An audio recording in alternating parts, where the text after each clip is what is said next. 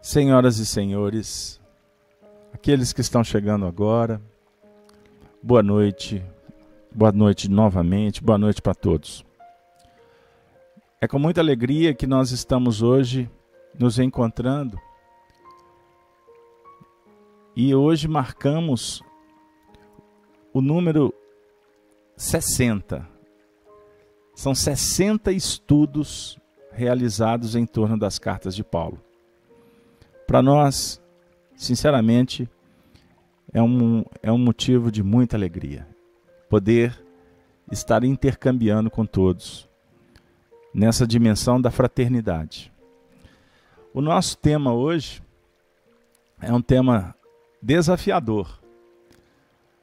A tristeza de Paulo com os cristãos. Nós vamos, queridos amigos, iniciar o estudo da carta de Paulo aos Romanos no seu capítulo 9. E nós vamos convidá-los para abrir o texto. Aqueles que estão acompanhando no vídeo, nós vamos colocar as imagens para que a gente possa fazer a leitura inicial do trabalho. Vamos lá.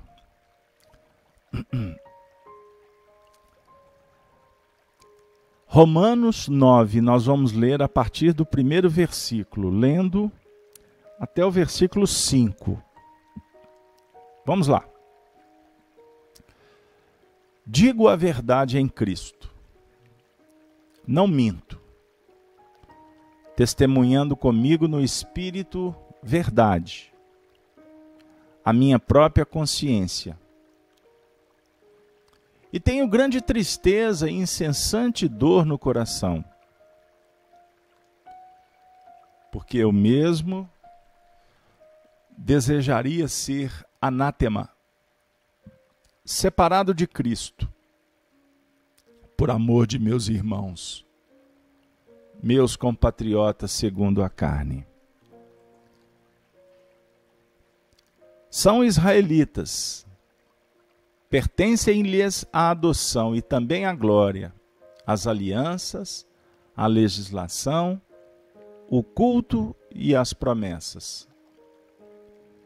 Deles são patriarcas, e também deles descendente do Cristo, segundo a carne, o qual é sobre todos, Deus bendito para todos sempre. Amém. Então vamos voltar aqui, porque essa saudação inicial, ela vai dar um impulso para os nossos estudos a partir desse nosso encontro. Paulo endereça à comunidade cristã, nessa carta, uma alertiva muito importante. Esse texto recebeu o título, pela tradução que foi feita por João Ferreira de Almeida, Tristeza de Paulo por causa da incredulidade de Israel. Então ele inicia dizendo: digo a verdade em Cristo, não minto, dando-me testemunho a minha consciência no Espírito verdade. Ele inicia a carta abrindo o coração, se apoiando na sua autoridade. Digo a verdade em Cristo. Não digo a verdade sobre a minha concepção, sobre o meu ponto de vista, mas sobre a orientação, a inspiração do Evangelho. E quando ele fala que não mente e que dá o testemunho, ele está colocando à prova toda a sua condição de um líder respeitado, que dava a vida pelo Evangelho, na orientação, no esclarecimento dos cristãos da época. Então esse assunto aqui para a gente nos chama a atenção quanto à dor de Paulo, Porque no versículo 3 ele diz: porque eu mesmo poderia desejar ser separado de Cristo por amor de meus irmãos, que são meus parentes segundo a carne, que são israelitas, dos quais é a adoção de filhos e a glórias e os concertos e a lei, o culto e as promessas. Ele envolve todo o contexto. A genealogia, a amizade, o parentesco. E vem falar, então, da condição de ser, inclusive, anátema. E nós projetamos aqui uma reflexão sobre esse versículo 3, porque nessa tradução que a gente usou aqui, porque eu mesmo desejaria ser anátema, nós trouxemos aqui uma reflexão sobre como que é tratado o anátema, a palavra anátema no Novo Testamento. Segundo os estudiosos, o termo anátema é empregado como maldição, execração, opróbio. E por isso nós trouxemos aqui um trecho da carta de Paulo aos Gálatas, que tem a ver com esta palavra anátema. Paulo diz assim: não existe outro evangelho. Estou admirado de vocês estarem abandonando tão depressa aquele que os chamou por meio da graça de Cristo, para aceitarem outro evangelho. Na realidade, porém, não existe outro evangelho. Há somente pessoas que estão semeando confusão entre vocês e querem deturpar o evangelho de Cristo. Maldito aquele que anunciar a vocês um evangelho diferente daquele que anunciamos, ainda que sejamos nós mesmos ou algum anjo do céu. Então aqui, nós nos deparamos que a tristeza de Paulo tinha a ver com as conspurcações, com as deturpações, com os desvios que os cristãos daquela época já se permitiam envolver, criando confusão, estabelecendo um outro evangelho para ser discutido. E o Paulo vem dizer que um só é o evangelho. Isso nos chama a atenção, queridos companheiros, porque a história das religiões são pródicas dos desvios. Porque o homem recebe a essência divina, mas no momento de operacionalizar com ela, nós homens vamos nos esbarrar com os nossos pontos de vista, com as nossas tendências, com as nossas dificuldades. Então, Jesus, ao longo do tempo, enviando mensageiros, sempre a mensagem enfrentou obstáculos graves, o que vai dificultando a grande semeadura.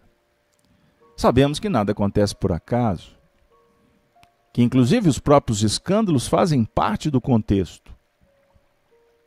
Mas é necessário que nós outros, estudantes de doutrina espírita, possamos nos conscientizar das contradições que marcaram a história do cristianismo e que trouxeram dores, desafios, embargos para todos aqueles que vieram em nome do Senhor para trazer a mensagem para si mesmos quanto para a sociedade, para a humanidade. E quando nós refletíamos sobre o início dessa carta, que vai marcar para nós aqui reflexões seríssimas, porque para vocês terem uma ideia, essa carta de Paulo aos Romanos no capítulo 9, Ela vai até o 33º versículo. Então nós temos muito material para trabalhar. Agora, nós estamos dentro de um processo do cristianismo atual em que estamos abraçando a doutrina espírita. E precisamos de estar atentos em meio ao movimento espírita que é sagrado, que é bendito, que nós enfrentamos, quanto doutrina espírita, nós enfrentamos na história do espiritismo muitos desvios, tentativas de obstaculizar, de dificultar que a mensagem pudesse ser propagada. Desde os tempos de Allan Kardec. E eu gostaria de pedir licença para vocês. Licença. Não é do nosso estilo trabalhar como nós gostaríamos de propor nesse primeiro ensaio aqui do estudo da carta de Paulo no capítulo 9. Porque nós temos um discurso de Allan Kardec extraordinário, que está registrado no livro Obras Póstumas, que é intitulado Os Desertores. E é um texto tão atual que eu peço licença para vocês, para que a gente possa ouvir Allan Kardec quanto a este assunto, que causa tristeza, dificuldade, embargo para estes corações, para essas almas que trabalham em nome de Jesus no encaminhamento da humanidade. E o Espiritismo viveu e até hoje continua vivendo as dificuldades. Então eu peço atenção de vocês, pode ficar um pouco cansativo, mas eu tenho que ser fiel à história. E por isso, eu vou trazer a palavra do nosso precursor da felicidade celestial, Allan Kardec. Ele diz assim: se é certo que todas as grandes ideias contam apóstolos fervorosos e dedicados, não menos certo é que mesmo as melhores dentre elas têm os seus desertores. O Espiritismo não podia escapar aos efeitos da fraqueza humana. Ele também teve os seus, e a esse respeito não serão inúteis algumas observações. Nos primeiros tempos, muitos se equivocaram sobre a natureza e os fins do Espiritismo, e não lhe perceberam o alcance. Antes de tudo mais, excitou a curiosidade. Muitos eram os que não viam nas manifestações espíritas mais do que simples objeto de diversão. Divertiram-se com os espíritos, enquanto estes quiseram diverti-los. Constituíam um passatempo, muitas vezes complementar das reuniões familiares.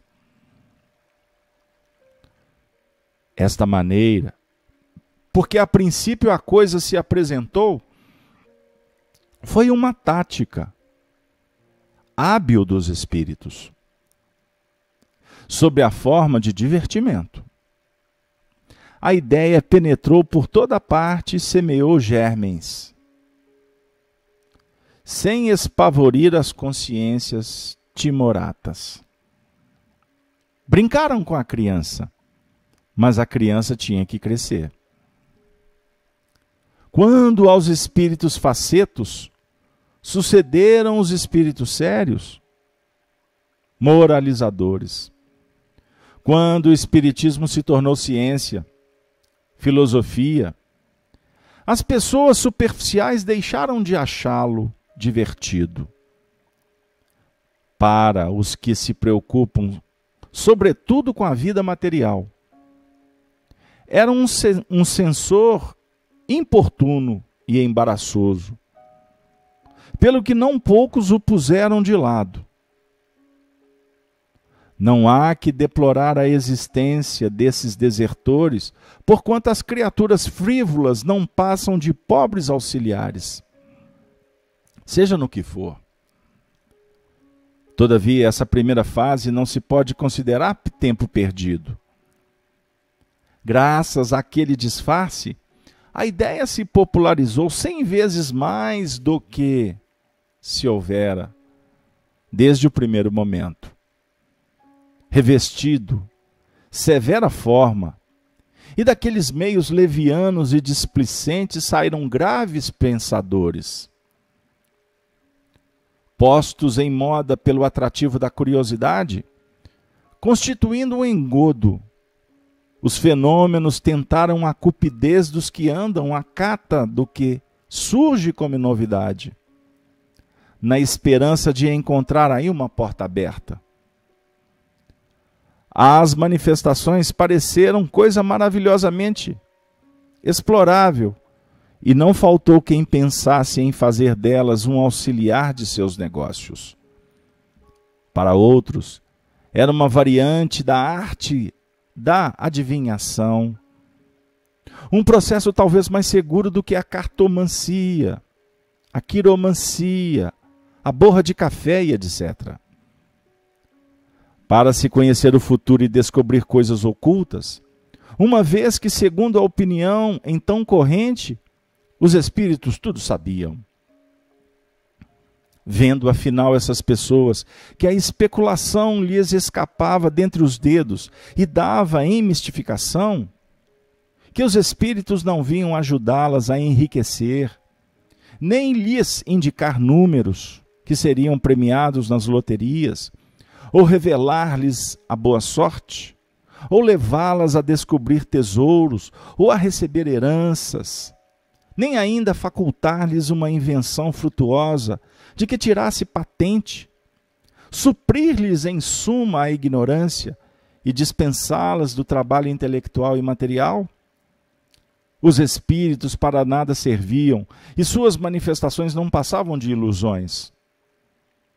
Tanto estas pessoas deferiram louvores ao Espiritismo durante todo o tempo em que esperaram auferir dele algum proveito, quanto estas mesmas pessoas denegriram desde que chegou a decepção.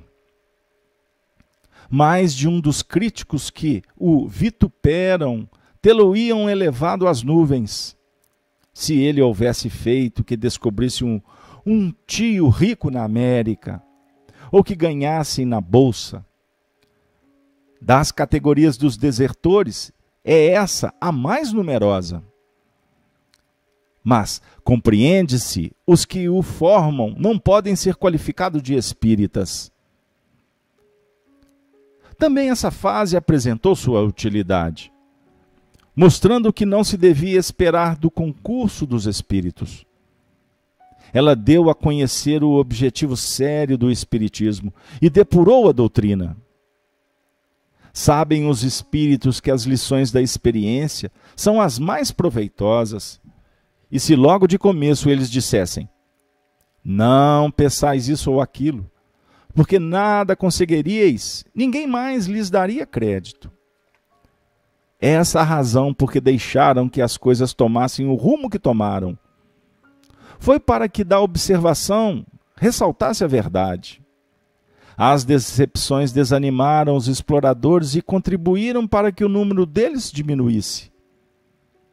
Eram parasitos de que elas, as decepções, livraram o espiritismo e não adeptos sinceros. Alguns indivíduos mais perspicazes do que outros entreviram o homem na criança que acabava de nascer e temeram-na, como Herodes temeu o menino Jesus. não se atrevendo a atacar de frente o espiritismo.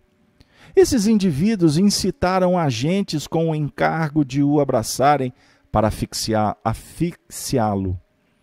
Agentes que se mascararam para que em toda parte se intrometerem, para suscitarem habilmente a desafeição nos centros e espalharem dentro destes, com furtiva mão, o veneno da calúnia, acendendo ao mesmo tempo o facho da discórdia, inspirando atos comprometedores, tentando desencaminhar a doutrina, a fim de torná-la ridícula ou odiosa e simular em seguida defecções. Esse assunto é complexo. Vamos lá. Outros ainda são mais habilidosos. Pregando a união, semeiam a separação.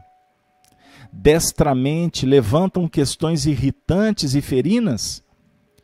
Despertam o ciúme da preponderância entre os diferentes grupos. Deleitar-se-iam vendo-os apedrejar-se e erguer bandeira contra bandeira, a propósito de algumas divergências de opiniões sobre certas questões de forma ou de fundo, as mais das vezes provocadas intencionalmente. Todas as doutrinas têm tido seus Judas. O Espiritismo não poderia deixar de ter os seus, e eles ainda não lhe faltaram. Esses são espíritas de contrabando, mas que também foram de alguma utilidade. Ensinaram ao verdadeiro espírita a ser prudente, circunspecto e a não se fiar nas aparências. Por princípio, deve-se desconfiar dos entusiasmos demasiado febris. São quase sempre fogo de palha, ou simulacros, ardores ocasionais que suprem com abundância de palavras a falta de atos. A verdadeira convicção é calma, refletida, motivada. Revela-se com uma verdadeira coragem pelos fatos, isto é, pela firmeza, pela perseverança e, sobretudo, pela abnegação. O desinteresse moral e material é a legítima pedra de toque da sinceridade. Tem esta um cunho sugêneres. Exterioriza-se por matizes muitas vezes mais fáceis de ser compreendidos do que definidos.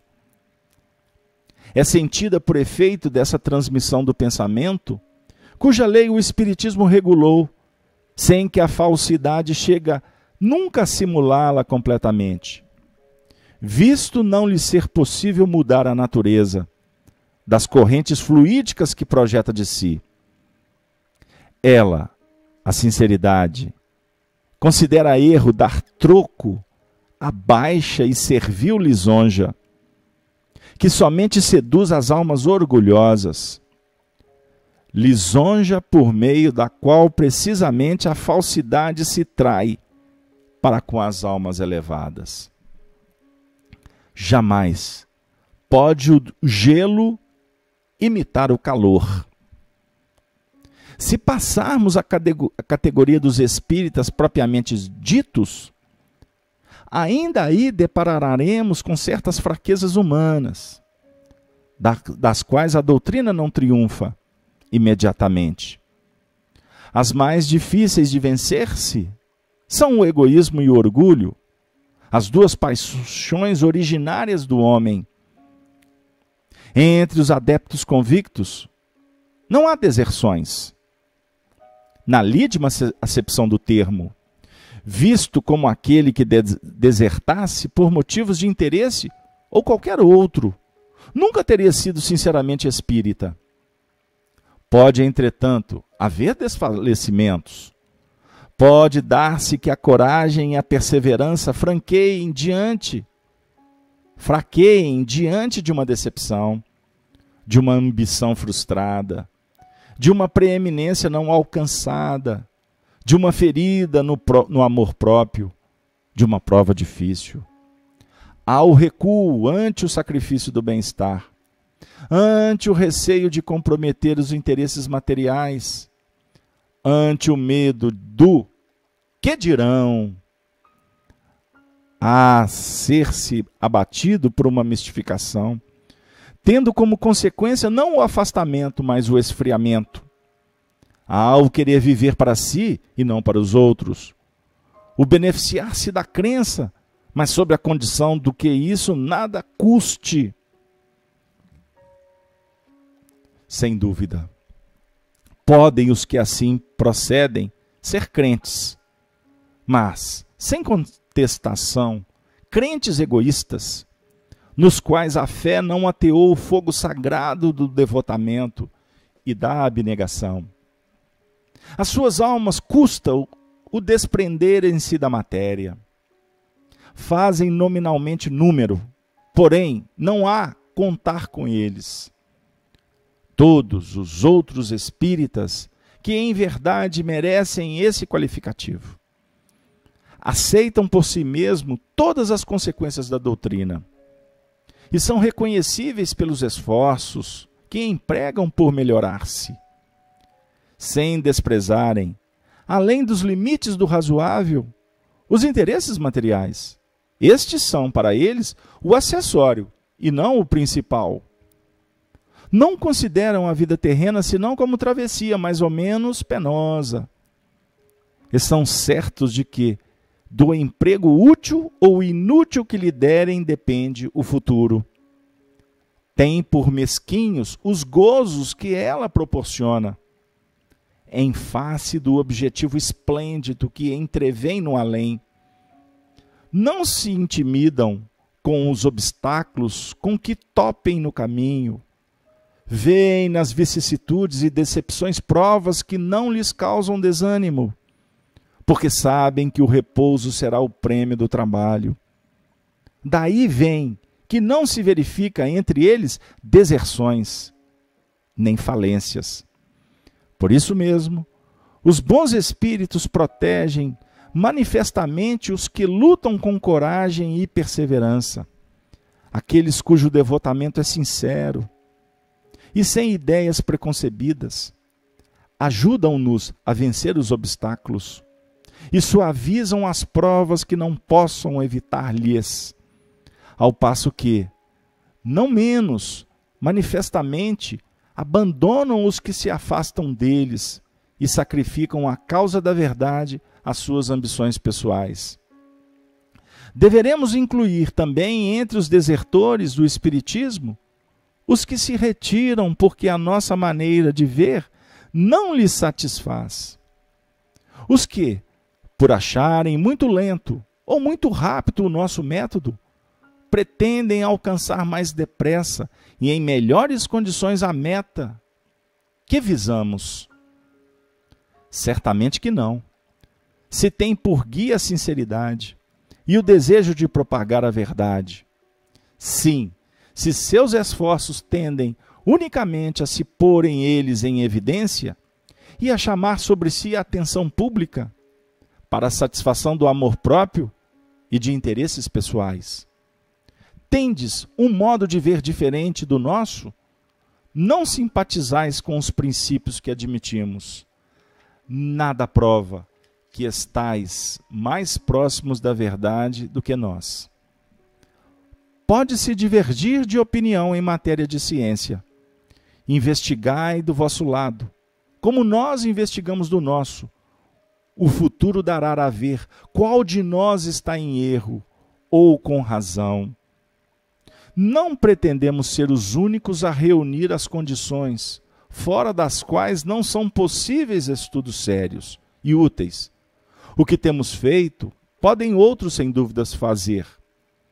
Que os homens inteligentes se agreguem a nós, ou se congreguem longe de nós, pouco importa. Se os centros de estudo se multiplicarem, tanto melhor. Será um sinal de incontestável progresso, que aplaudiremos com todas as nossas forças. quanto às rivalidades, às tentativas que façam por nos suplantarem, temos um meio infalível de não as temer. Trabalhamos para compreender, por enriquecer a nossa inteligência e o nosso coração. Lutamos com os outros, mas lutamos com caridade e abnegação. O amor do próximo, inscrito em nosso estandarte, é a nossa divisa. A pesquisa da verdade, venha de onde vier, o nosso único objetivo. Com tais sentimentos, enfrentamos a zombaria dos nossos adversários e as tentativas dos nossos competidores. Se nos enganarmos, não teremos o tolo amor próprio que nos leve a obstinar-nos em ideias falsas. Há, porém, princípios acerca dos quais podemos todos estar seguros de nos enganarmos nunca: o amor do bem, a abnegação, a proscrição de todo sentimento de inveja e de ciúme. Estes princípios são os nossos. Vemos neles os laços que prenderão todos os homens de bem, qualquer que seja a divergência de suas opiniões. Somente o egoísmo e a má-fé erguem entre eles barreiras intransponíveis. Mas qual será a consequência de semelhante estado de coisas? Indubitavelmente, o proceder dos falsos irmãos poderá, de momento, acarretar algumas perturbações parciais, pelo que todos os esforços devem ser empregados para levá-los ao malogro, tanto quanto possível. Essas perturbações, porém, pouco tempo necessariamente durarão e não poderão ser prejudiciais ao futuro. Primeiro, porque são simples manobras de oposição, fadadas a cair pela força mesma das coisas. Depois, digam o que disserem, ou façam o que fizerem, ninguém seria capaz de privar a doutrina do seu caráter distintivo, da sua filosofia racional e lógica, da sua moral consoladora e regeneradora. Hoje, estão lançadas de forma inabalável as bases do Espiritismo. Os livros escritos sem equívocos e postos ao alcance de todas as inteligências serão sempre a expressão clara e exata do ensino dos Espíritos e o transmitirão intacto aos que nos sucederem. Insta não perder de vista que estamos no momento de transição e que nenhuma transição se opera sem conflito. Ninguém, pois, deve espantar-se de que certas paixões se agitem por efeito de ambições malogradas, de interesses feridos, de pretensões frustradas. Pouco a pouco, porém, tudo isso se extingue. A febre se abranda, os homens passam e as novas ideias permanecem. Espíritas, se quereis ser invencíveis, sede benévolos e caridosos. O bem é uma couraça contra a qual sempre se quebrarão as manobras da malevolência. Nada, pois, temamos, conclui Allan Kardec. O futuro nos pertence. Deixemos que os nossos adversários se debatam, apertados pela verdade que os ofusca. Qualquer oposição é impotente contra a evidência, que inevitavelmente triunfa pela força mesma das coisas. É uma questão de tempo. A vulgarização universal do Espiritismo. E neste século, O tempo marcha a passo de gigante sobre a impulsão do progresso. Assinado Allan Kardec. Eu peço novamente desculpas, porque não é feitio nosso fazer leituras tão extensas. Didaticamente não é correto. Mas vocês, nesse instante, são convidados, como eu, como todos que vão acessar esse trabalho posteriormente,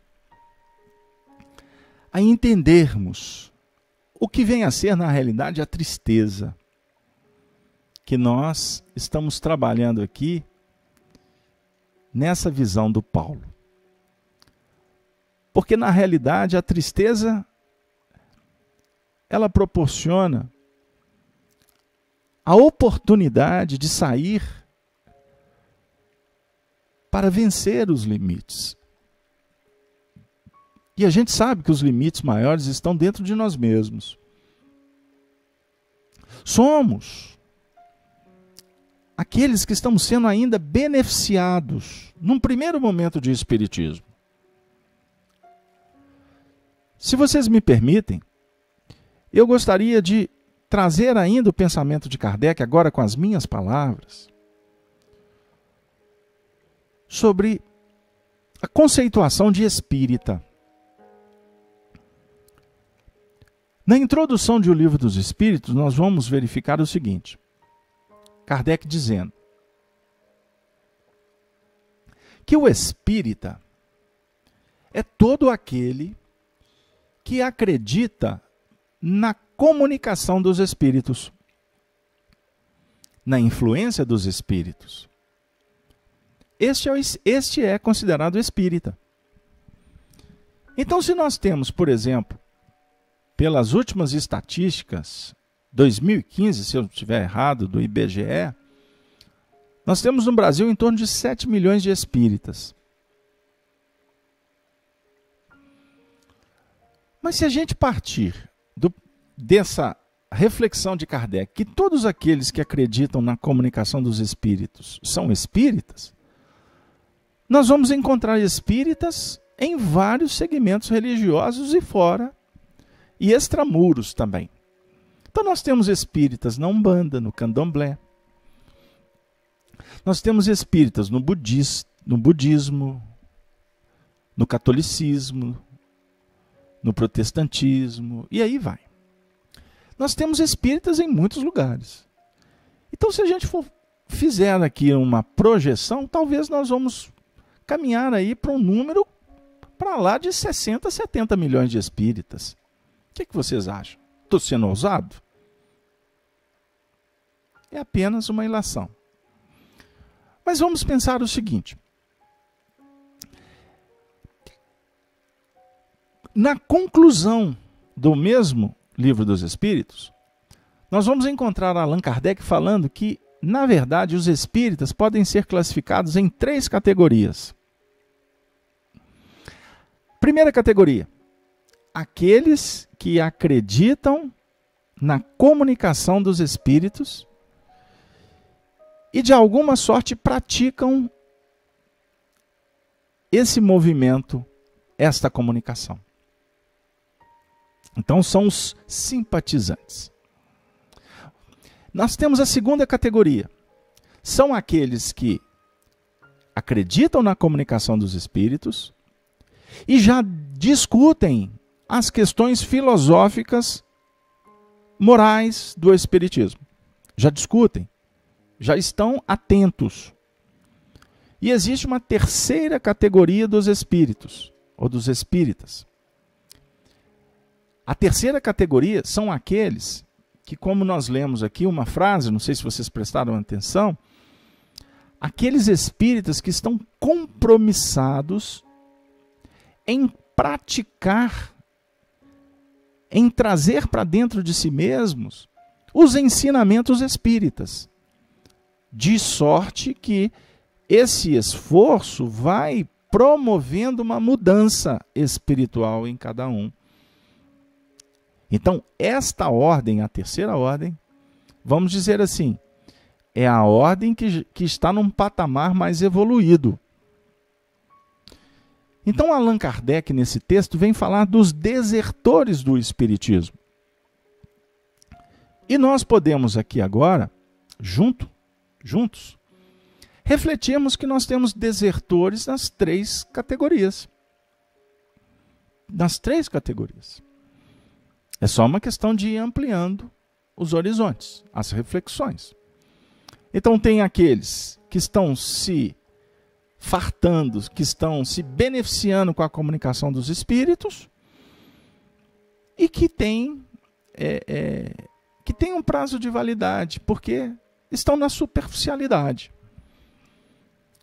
Já existem aqueles que fazem e, portanto, são desertores naturais. Mas deste grupo, nós encontraremos aqueles que vão deixar esse patamar e vão partir para a segunda categoria. Mas a segunda categoria ainda também é uma categoria de superficialidade, porque vê as questões filosóficas, já conseguem discuti-las, mas o Espiritismo ainda é uma proposta que atende apenas aos anseios pessoais. E o indivíduo não se compromete em aplicar, não se envolve com o que o Espiritismo propõe. Por exemplo, a caridade. Os trabalhos que envolvem uma dinâmica mais ampla do amor. O contato com o semelhante. A benevolência, a indulgência, o perdão. A terceira, então nós vamos ter neste grupo desertores também.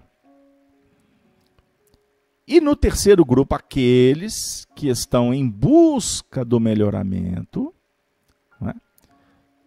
Estes também encontraremos aqueles que vão criar problemas, que serão desertores. Então, esse texto de Allan Kardec é tão extraordinário que ele precisa ser estudado nos seus detalhes. Por quê? Nós precisamos estar atentos para entender a nossa posição dentro do Espiritismo. E eu posso aqui, até para ampliar ainda mais a nossa conversa, dizer que nós temos momentos que nós flutuamos nessas três categorias.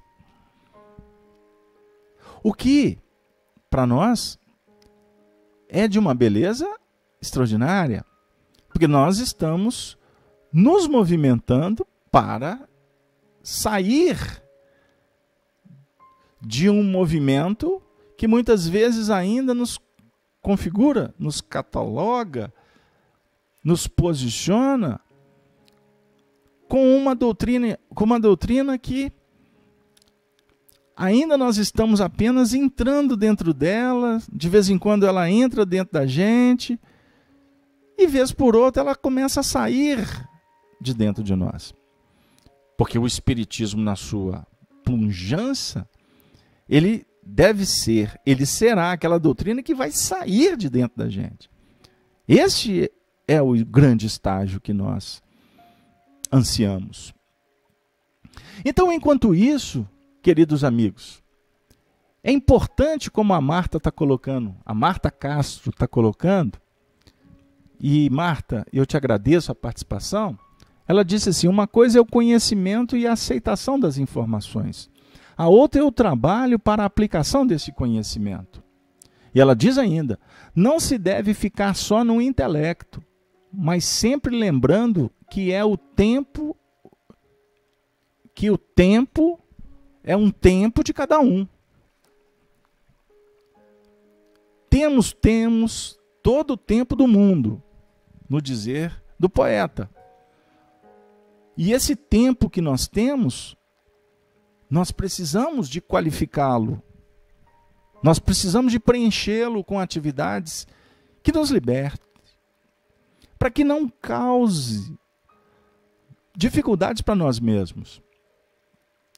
É muito simples, embora na prática a conversa seja mais complexa. Então, por exemplo, Kardec está falando aqui, lembrando alguns espíritas afoitos, precipitados, que querem acelerar o movimento espírita para trazer mais adeptos, ou trazer novidades no sentido de acelerar o aprendizado dos espíritas, afoitos com relação a comunicações mediúnicas. É um grande equívoco. É temerário quando recolhemos uma informação e não passamos ela pelo crivo, pelo bom senso, pela análise criteriosa, acima de tudo, pela universalidade do ensino dos espíritos. Foi Allan Kardec que nos ensinou. Companheiro, dialogando comigo, citou um médium, citou um espírito e a sua obra. E me trouxe uma ideia que foi concebida por este espírito, em sintonia com outras ideias que circulam no nosso meio, mas você vê claramente que são ideias que ferem os princípios que foram trazidos por Kardec. Significa que Kardec é infalível? Não. Significa que essa ideia que fere é uma ideia que está errada? Não. Mas, como observador, como estudioso, quando a coisa sai da curva, eu venho de uma escola que propõe que você pegue esse assunto, que você guarde esse assunto e que você estude esse assunto com calma e dê tempo ao tempo, como Chico Xavier ensinava tanto para o Arnaldo e o Arnaldo passou para a gente. Dê tempo ao tempo. Agora, entre uma novidade que fere o que está na codificação espírita e a própria codificação espírita, o meu compromisso é com a codificação espírita. O meu compromisso é com o senhor Allan Kardec. Porque eu assumi a responsabilidade de divulgar a doutrina espírita. Eu adotei a doutrina espírita como um projeto de vida, que, como a nossa companheira colocou no chat, que ela está dizendo que é espírita há 30 anos, a Carmen, e que se sente engatinhando. Qual de nós que estamos andando, Carmen? Nós estamos engatinhando. Nós podemos ter folha de serviço, mas a folha de serviço não significa, ou não autoriza, ou não respalda um entendimento amplo da doutrina espírita. Longe disso. Nós temos o exemplo do Chico Xavier, que foi a humildade em pessoa. E o Chico sempre convidava os amigos, gente, nós temos que estudar, vamos com calma. E nós encontramos no nosso meio pessoas soltando as coisas sem nenhum comprometimento, sem passar por debates, por discussões. Mas temos liberdade, temos autonomia, vivemos num regime democrático, entre aspas, temos internet. Então vem a ideia e eu publico por aí. E a gente vê surgir ou ressurgir dentro do próprio movimento espírita ideias ou doutrinas ou seitas que ferem frontalmente o que Allan Kardec propôs. E em tese isso causa tristeza? Isso causa tristeza. A história do Espiritismo começa a ser revelada porque chega um tempo que as coisas vão aparecendo.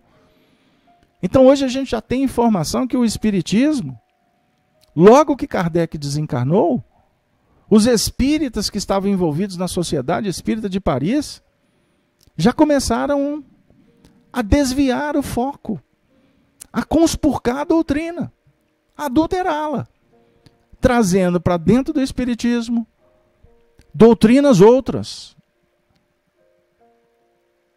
que foram substituindo a divulgação do Espiritismo. Se você não sabe, se você não tinha essa informação, comece a pesquisar, porque são documentos sérios que estão sendo publicados. Inclusive para a gente entender o porquê que o Espiritismo tomou a configuração que ele tomou de uma seita religiosa, em que nós encontramos casas espíritas ou práticas espíritas que trazem muito mais práticas de outras religiões para dentro do Espiritismo do que o centro espírita se apresentar como um centro de convergência de ideias e de sentimentos, de pensamentos, como um dia falou Herculano Pires. O centro espírita é um centro de convergência. É um ambiente para se debater espiritismo. Não é para se debater quântica, não é para se debater pedagogia, parapsicologia, né? A psicologia transpessoal e tantas outras ciências que são importantes, sérias, que representam o pensamento do alto e que são assuntos que fazem parte do Espiritismo. Agora, substituir o Espiritismo por estas ciências é conspurcar, é adulterar. É muito simples isso. Por isso que nós temos amigos, queridos companheiros, em várias religiões. Eu tenho amigos de coração que seguem a doutrina da Umbanda, do Candomblé. Eu tenho amigos evangélicos. Eu tenho parentes na cúpula do catolicismo. E em todos esses movimentos eu falo a mesma coisa. Querido, defenda a sua bandeira, no sentido de não fazer proselitismo, longe disso. Mas viva a sua religião como ela te propõe. Agora, se você começa a mudar, você está criando um impedimento. Se a sua religião não te atende mais, procure aquela que possa te atender. E a partir do momento que você entrar nesse circuito, viva esse circuito, tendo todo o tempo do mundo, de alma e coração. Agora, querer trazer para dentro do movimento espírita o que não é espiritismo, é ser um desertor, um contraditor, ser um detrator do espiritismo. Eu estou aqui me reportando a doutrinas, docetismos e outras teorias evolucionistas que a gente vê que tem muitas coisas que são coerentes, que são bonitas, são bem elaboradas. Mas eu estou ocupando o espaço do espiritismo, porque o espiritismo é o consolador prometido. Ele tem os seus aspectos de ciência no que remonta à comunicação dos espíritos, a obsessão, as terapêuticas do magnetismo, que nós utilizamos nas nossas atividades espíritas. Isto é importante a gente estudar, porque as casas espíritas estão abarrotadas de pessoas sofridas. E se eu, como espírita, não me atentar para o filho do Calvário que está batendo na porta do centro espírita, eu estou desviando o foco. Eu não estarei trabalhando com Jesus como ele propõe. que é fazer ao outro o que eu gostaria que o outro me fizesse. Se a gente ficar discutindo demais, a caridade fica burocratizada. E quem vai fazer? Quem vai cuidar? Sabedores de que o estabelecimento das relações, a socialização, que envolve a caridade, o intercâmbio, o sentimento entre as almas, que vai nos auxiliando para implementar novos caracteres na nossa intimidade. Não é no laboratório que nós vamos evoluir, embora o laboratório faça parte de descobertas. O laboratório das nossas atividades mediúnicas funciona a todo vapor. Toda semana nós estamos intercambiando com os espíritos sofredores, de vez em quando sendo beneficiados com a fala, com a escrita, com orientações dos espíritos superiores. Mas o foco principal é o trabalho. Nós estamos em pleno processo de transição planetária, como nos afirmou Allan Kardec. Então nós vamos perder tempo com os afoitos, com os imprudentes, com os acalorados? Não. O espírita consciente procura observar e trabalhar dentro de um plano ajuizado, equilibrado, harmonizado e com um foco bem definido no que é o anseio que nós estamos elencando para a nossa evolução. O anseio de nos transformarmos no homem de bem, aquele que vive a lei de justiça, de amor e caridade na sua plenitude. Então, quando eu não me atento como espírita ao meu comprometimento no campo da vivência do Evangelho, porque para mim basta ser espírita, frequentar a atividade, conhecer tantas obras, e isso é o suficiente, e não me preocupo com a minha vivência no processo da busca da sintonia e da afinidade com Jesus, se eu não estiver atento ainda a isto, eu serei também um espírita de periferia. São os espíritas que muitas vezes vão para o centro espírita para bater papo.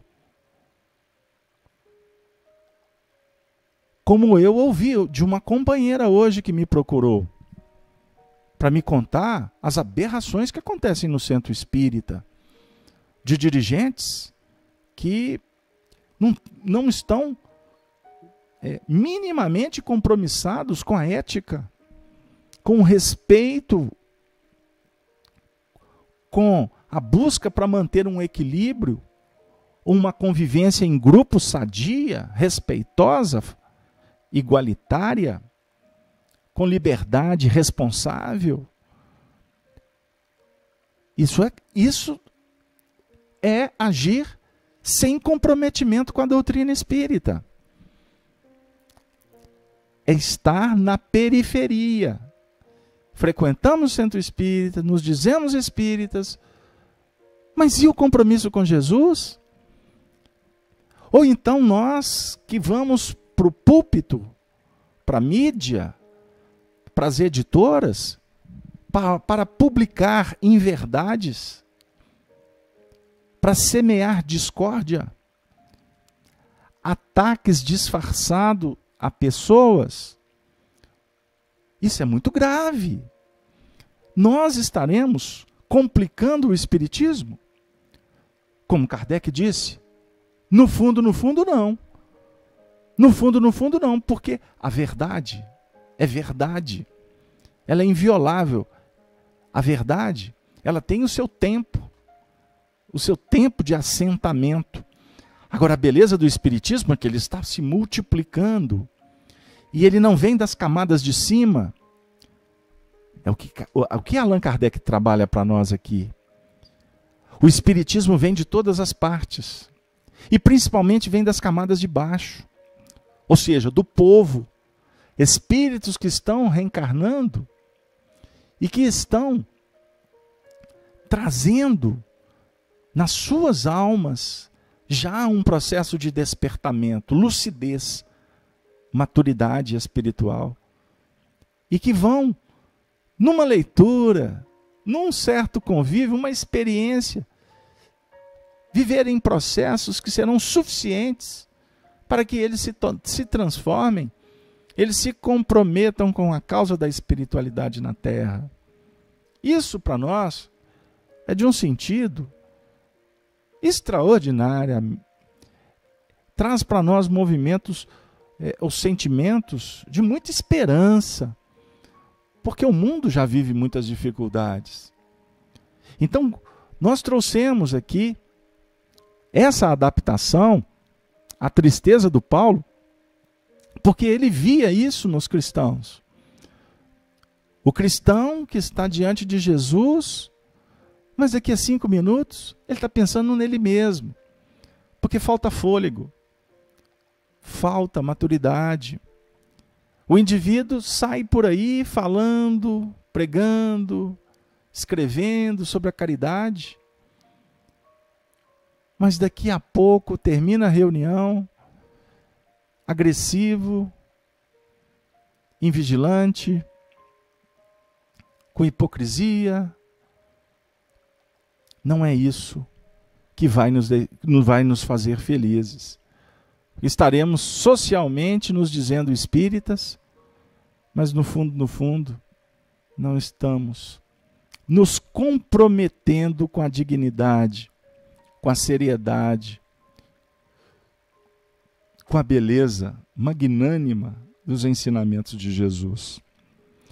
Allan Kardec, quando foi convidado pelos espíritos superiores, por Jesus, o seu guia, para trabalhar na obra do Evangelho segundo o Espiritismo, foi dito para ele que o edifício da doutrina já tinha sido edificado e que agora era necessário retirar os andaimes. E esse era o papel do Evangelho. No dizer de Emmanuel e a equipe que trabalha com ele não lidam na divulgação do Espiritismo. Eles trabalham na construção do Espiritismo. É diferente. E essa construção, ela passa pela construção íntima. Esse edifício ele tem que estar bem firme nas suas bases, para que as ventanias, as tempestades, as novidades, os temporões aí, esses frutos complexos, não nos tire do caminho. Porque o convite para perder o foco, para optar por outras sendas, são convites muito inteligentes, há muita astúcia, e vão bater exatamente naquele ponto das nossas fragilidades, das nossas necessidades. Então, queridos amigos, que Deus nos abençoe, que Jesus possa estar conosco, para que nós possamos trabalhar no nosso autoaprimoramento. Nós não viemos aqui para convidar qualquer um de vocês a ficar analisando o comportamento dos outros. Porque quando alguém entra para dentro do centro espírita e se comporta como se estivesse no campo de futebol, ou se estivesse num ambiente mais chulo do mundo, isso é um problema deles. Agora, eu não posso repetir esse comportamento.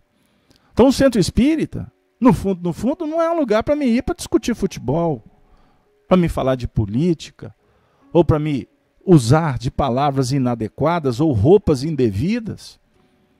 O centro espírita é uma escola. O centro espírita é um hospital. O centro espírita, em determinados momentos, o centro espírita se transforma numa ala. Uma ala complexa da psiquiatria, uma ala difícil, que precisa de comportamentos adequados, porque os pacientes estão sensíveis, precisando de carinho, de uma mão que vai tocá-los, mão no sentido simbólico, tocá-los com muita sensibilidade, com muito cuidado, com muita habilidade. Então lembremos que as pessoas que estão nos centros espíritas estão te observando. Elas estão muitas vezes expectantes que haja, por parte dos espíritas, um comprometimento com a causa delas. E é um comprometimento muito singelo. É um comprometimento de olhar para elas com bondade, de abrir as portas com delicadeza, de sentar ao lado com nobreza, de poder discutir um assunto dentro de um plano que possa estabelecer um movimento espiritual que elas possam sentir a altivez do Senhor, a misericórdia de Jesus, que Allan Kardec explora para nós com tanta magnitude.